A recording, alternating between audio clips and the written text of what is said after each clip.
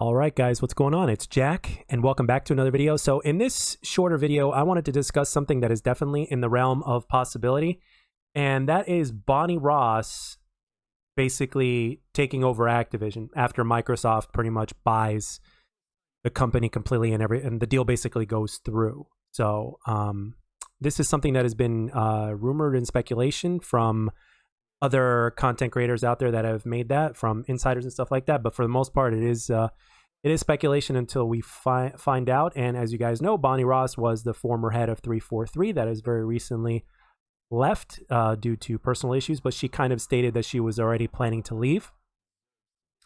And as you guys know, with Activision, there's been a lot of nasty stuff going behind the scenes in terms of harassments and all that kind of stuff.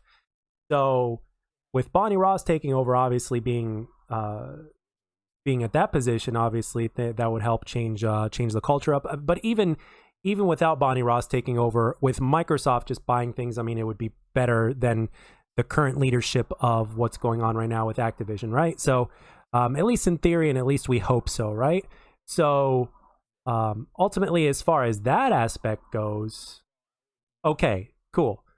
But the other thing that I'm very curious about is, what about Call of Duty itself? Because as you guys know, Activision was basically, how do I put this? Now, Bonnie Ross was the head of 343, right? So within her reign as the boss, the games were Halo 4, Halo 5, and Halo Infinite. Every single one of those games was has been dogged on by the fans a lot. Granted, there are the players that liked all those games for what they are or whatnot, but obviously there's all sorts of other problems going on, and ultimately at the end of the day, you can't really control everything, but at the same time, you know what they say, it all falls on leadership. You all blame the leadership. So the question is Call of Duty going to suffer a similar fate if it is true? Like, if Bonnie Ross is going to take over Activision, are the Call of Duty games going to suffer a similar type of fate?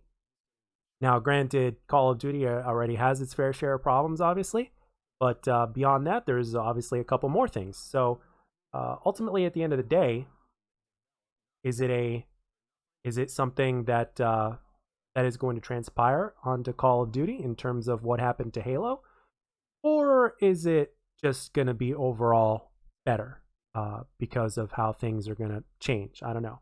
I would think that even though if Bonnie Ross does take over Activision, she would still probably have to answer to Phil Spencer. I mean, I don't know if she answered to Phil Spencer previously, if that changes anything at all. But it does make a person curious, though. I will go that far. I will go that far and say that it does make a person curious.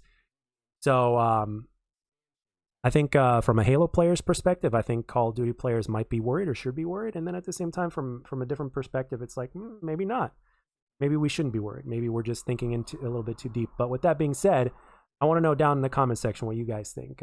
Do you think it was all Bonnie Ross's fault in terms of the things that happened with Halo, specifically more than anything with Halo Infinite, especially since it's the most recent, and then with everything going on with that game?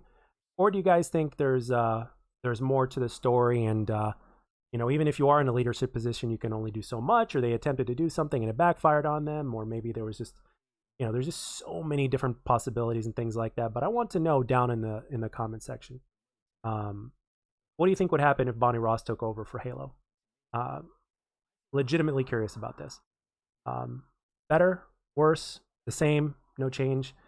Let me know. I personally, it's very easy to be skeptical. But at the end of the day, I'm just really curious about how things are going to change, if at all, after Microsoft takes over. Obviously, the games are going to be on Game Pass. That's pretty much a given. But in terms of the quality of games and the direction that Call of Duty is going to be headed in, is it going to be more of the same, or is it going to be, or are there going to be legitimate changes as well? So with that being said, that's all I got for this one, guys. Let me know down in the comments section what you guys think, because I'm really curious to know. I hope you enjoyed the classic Call of Duty Black Ops 2 gameplay, and I will catch you guys on the next one.